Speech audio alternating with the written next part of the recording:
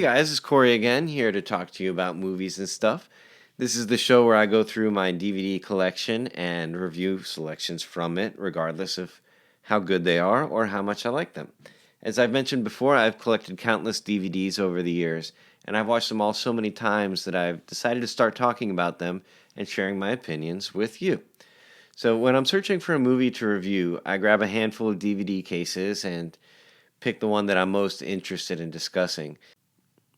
Today's movie is a small horror movie directed by and starring Bill Paxton called Frailty. This movie had a big impact on me when I first saw it back in 2001, and I still pull it out every now and then on a rainy night or when the mood seems right. So I never really got into horror movies as a kid growing up. They're slightly different now with the technology available, and some great horror films are being produced in this age. But historically, I would stay away from them because of poor production values and dumb writing. If the horror depends on spiritual or mystical force, then it's doubly unbelievable to me. The movies that frighten me the most have characters who are deeply unsettling but exist in a believable world. Cape Fear is a perfect example of a movie where the fear and terror is grounded in reality, and the terror that we feel comes from the strength of the filmmaking, the writing, and the acting.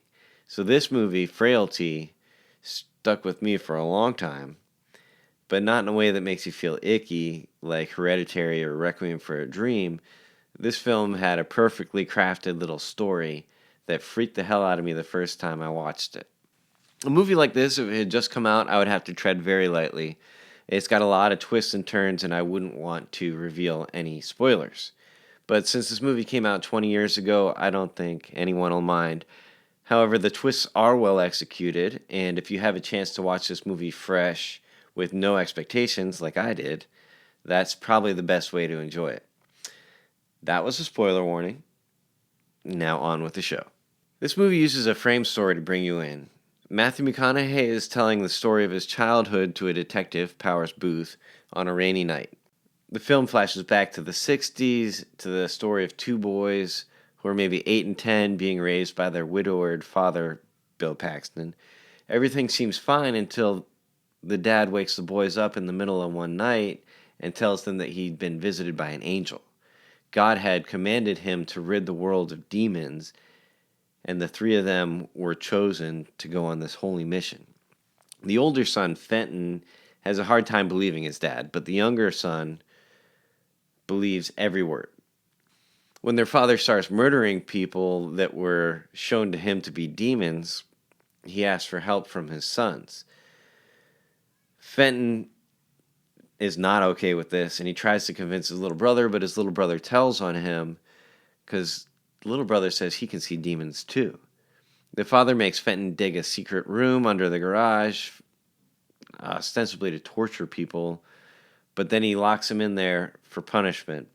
Eventually, Fenton, at the point of starvation, breaks down and tells his father that he had seen God and he's ready to help with the mission. When his father brings back another victim and he insists that Fenton do the dirty work, Fenton instead takes the axe that he was going to murder the victim with and murders his own father. Flash forward to the present, and McConaughey is Fenton, and he's explaining the story of the quote-unquote God's Hand killer. He's at the police station to explain that his brother is the famous God's Hand killer who took over when his father had died. The detective doesn't believe him, so to prove his point, he takes the detectives to the Rose Garden where all the bodies were buried back in the 60s, and then he proceeds to murder the detective. You see, McConaughey actually wasn't Fenton Meeks, he was the younger brother all along, and he did in fact see demons, and he murdered the detective because the detective had murdered his mother, and he had seen this. So their father wasn't a lunatic after all. Crazy, huh? Well, the movie, very well done. It was shot on a very small budget over less than 2 months, but it was executed very satisfyingly. It was paced slowly and methodically, and it didn't rely on jump scares or cheap tricks like music stingers to create an eerie atmosphere. Told through the eyes of Fenton, we, as the audience, are brought along on his terrifying journey as he witnesses the happy life and father deteriorate into a nightmare that he just can't escape.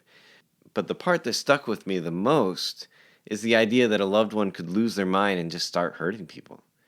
The scary part of it is the perpetrator believes that he's doing good, and he could never be convinced otherwise. This is one of Bill Paxton's best roles. He could be anybody's dad if they snapped and just started murdering people. The two kids play the parts convincingly, and all in all, this is a very taut film. It's not made with a lot of flash or polish. It's just a good old-fashioned way to tell a story. The twist that Paxton could actually see the demons just adds layers to what could have been a straightforward thriller, but the gimmicky frame story works well for the movie. Another thing that always stood out about this movie to me was the budget. This is not a no-budget movie, but it's made so sparingly and efficiently that one day maybe I could make a movie like this. I still think that. The reason this movie works so well is because it was written well. It doesn't rely on brilliant character work, special effects, or elaborate sets. It takes place at just a few sets, and the writing really provides a framework around which they could easily make a movie with a small crew. I was inspired, and still am, by the way they made this movie. In summary, this is a great little horror movie with a small cast and a good twist. I recommend it for a rainy night when you just want to get spooked a little. This movie will make you think in circles and is sprinkled with clues throughout to make multiple viewings a joy. In fact, this is a movie where watching it a second time is almost as satisfying as watching it the first time. So if you can find this one and you like a good realistic horror movie, check it out. It's not overly graphic or exploitative, and while it's unsettling, it won't gross you out or make you feel dirty after having watched it. I don't do a lot of horror movies, but this is at the top of my list of favorites, not too far from The Shining.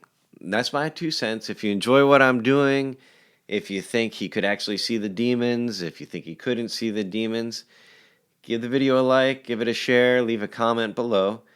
And don't forget to subscribe to the channel for other videos like this, as well as episodes of The Grilled Cheese.